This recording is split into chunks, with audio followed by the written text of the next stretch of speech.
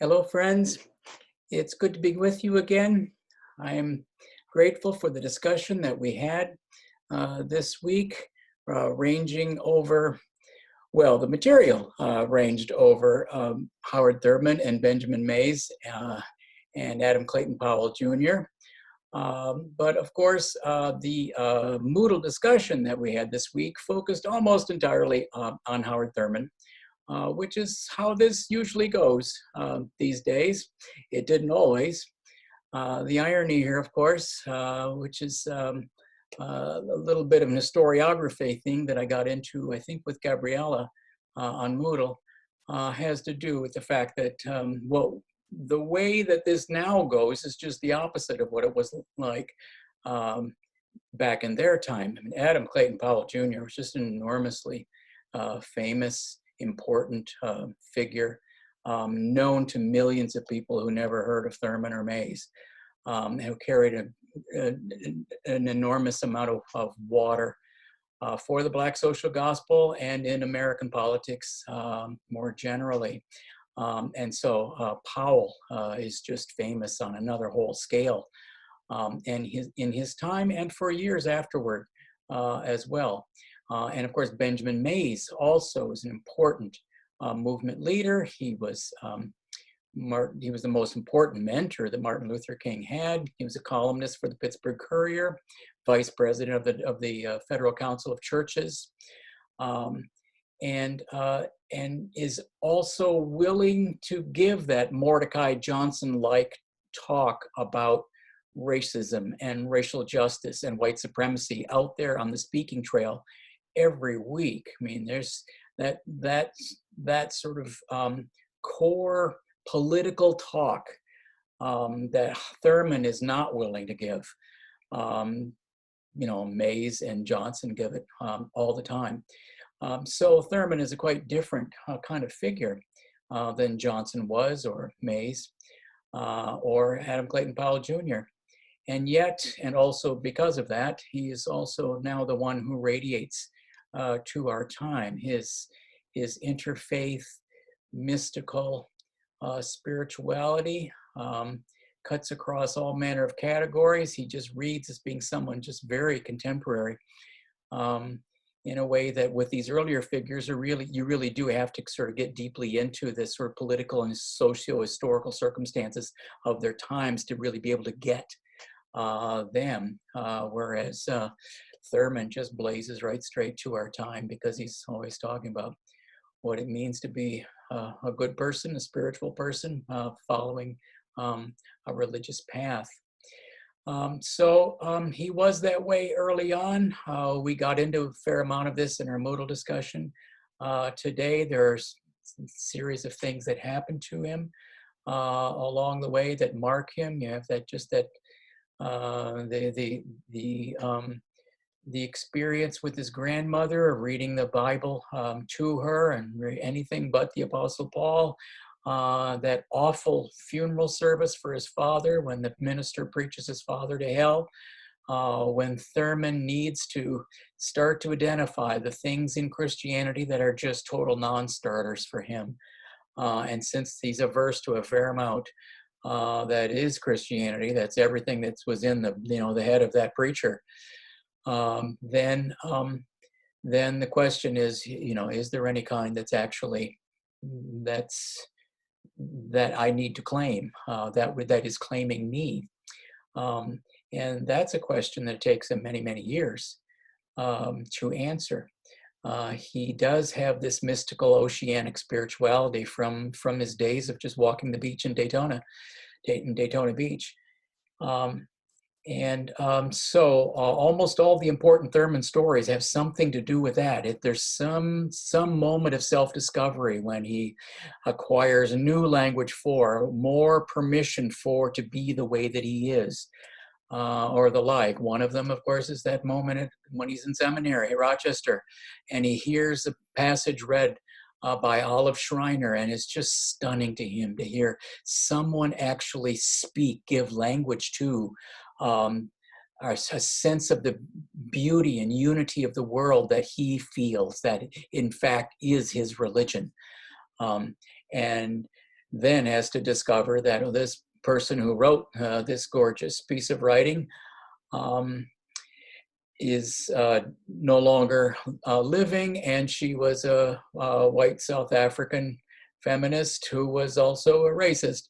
And so then he has to just work out, try to explain to himself how it could be that he could have, something like a soulmate who met that description. And then afterwards, he's in the parish and preaching every week. And at first, not at all letting them into his spiritual life, because he thinks that's not what I'm supposed to be doing up here. I'm supposed to be explicating a text, talking about familiar things. Over time, he gets more comfortable with doing that. But then there is a moment, one of those turning points, another one during that period. He's at a conference, a meeting, and it's pretty boring, and he gets out of there, except then sees this pamphlet in the vestibule and takes it and sits on the step and reads it because it's Rufus Jones' memoir of his spiritual life. And Thurman is enthralled because now here all the language of mystical theology and the history of mysticism is in there, written by one of the great spiritual writers of the 20th century, a lifelong Quaker and peace activist, whom Thurman, now there's no barrier here. He just says, if I could work with this guy for a few months, that would be worth more than the PhD I was thinking about getting. So the Thurman's very quest to find a language for the spiritual life that he already has, and then finding ways of expressing it to others.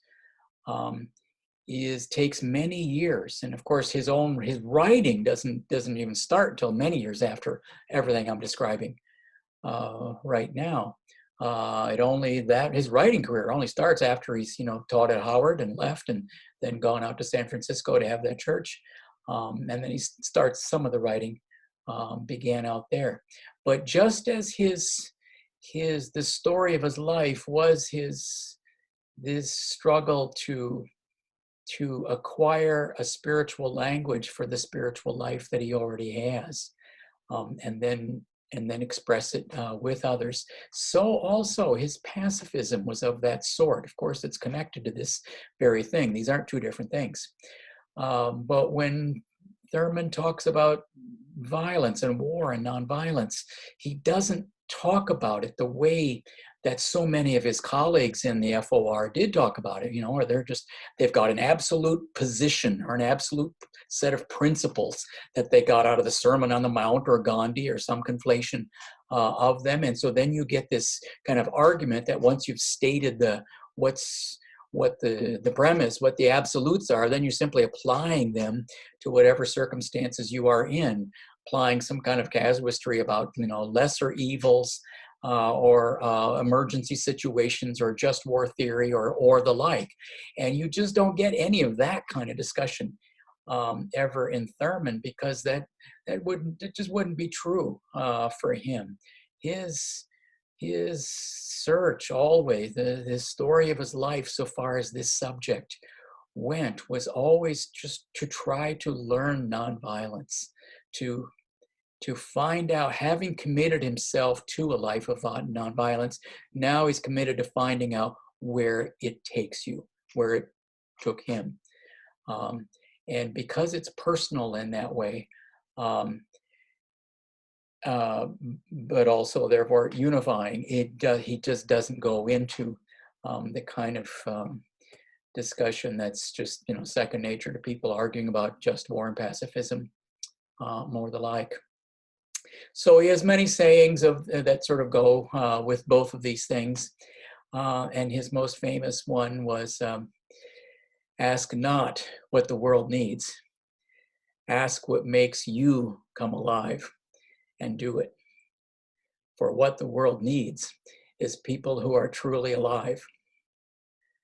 Um, there are people who hear it. I've virtually every time that I've done something like this in a talk, I'll see two different kinds of reactions happening right in front of me. The people for whom, many of whom have never heard this before, and it's immediately, it's validating. They love it.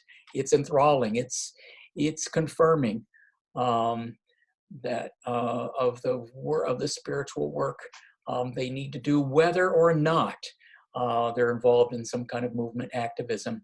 And then there are also the people who hear it and just, for them, it just confirms what they never really trusted in Howard Thurman.